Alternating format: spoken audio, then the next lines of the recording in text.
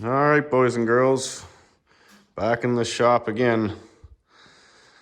As you can see, we've almost got the Honda back together. Almost. And holy friggin' root, there's a lot of steps. So as you can see, there's the old gasket. I showed in the first video what happened. If you watch the last video, you'll see I still got quite a few parts and pieces here on the floor, but we're getting pretty close to the end, honestly. I just gotta say, I can't believe anybody would allow anyone to engineer a vehicle with so many coolant hoses and vacuum hoses onto it. I mean, this is just, the intake side sort of understandable, but like 1, 2, that's a coolant hose there with the charge pipe against it, 2. Then we come over here, and right here's 3 lines. So there's 5. Then we got 6, 7, 8, 9. Then a thermostat makes 10. These 2 little guys is 12. And this is just on the, you know what I mean? This is just on the engine. There is way more coolant lines in this vehicle than what any engineer should ever deem necessary. And this stupidity with today's engineering and people designing vehicles like this, it just, I mean, I'm sitting at, we were 11 and a half hours last night getting the engine timed up, getting the cover on, the head on, obviously, and torqued. I'm sitting at almost 15 hours in this job now, and 11 of those hours I had help. My help will soon be showing up again here, but anyway, I find this absolutely unbelievable. And then the whole cylinder head design that basically makes the head gasket fail. Obviously, I didn't video it. My phone was dead when I was back here last night, but we did JB weld the slits in the cylinder head to make it solid, or the block rather, to make it solid. And the new gasket from Honda. I did not replace any other gasket. The gasket on this water setup here didn't rip. My valve cover gasket was good. The intake gaskets all look good. None of them were flattened out. They're all still spongy. The exhaust gaskets are stainless steel, so we could have wasted easily another $600 on this project for no need whatsoever. But now we're just about to the point where I think we got to run some wires before I can put too many parts and pieces back on. And as you can see, there's a whole bundle of joy just sitting there waiting for me.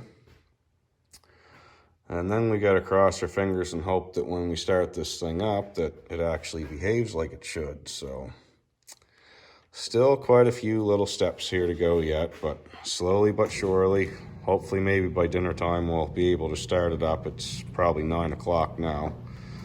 So I'm just gonna keep plugging away at it until I run out of parts and pieces. I gotta put the belt back on, and then we'll be able to do a trial run and see how it behaves.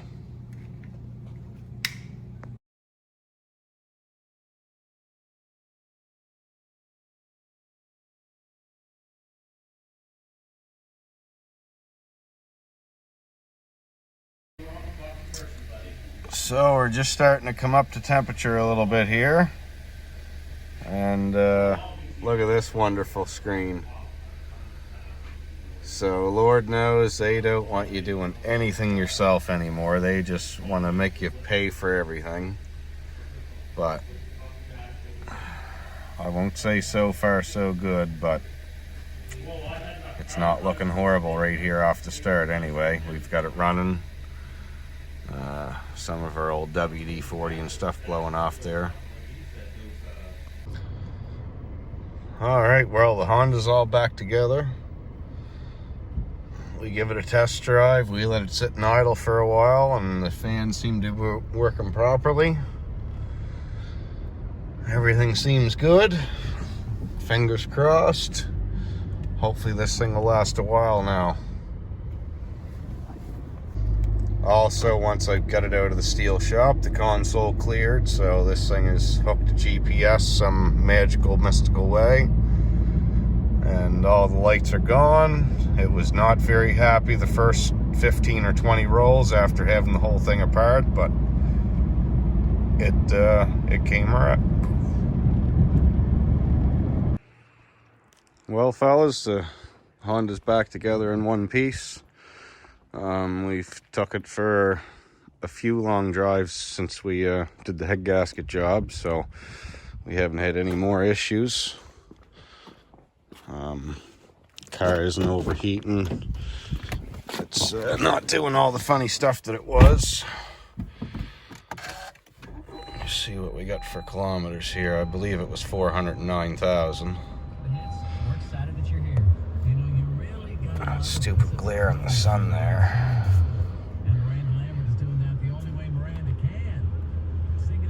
Yeah, there it is right there, fellas. 409,279. So now it just comes up to its normal operating temperature. We have heat again. I will say, I think there's something going on with the vents. Sorry about the radio.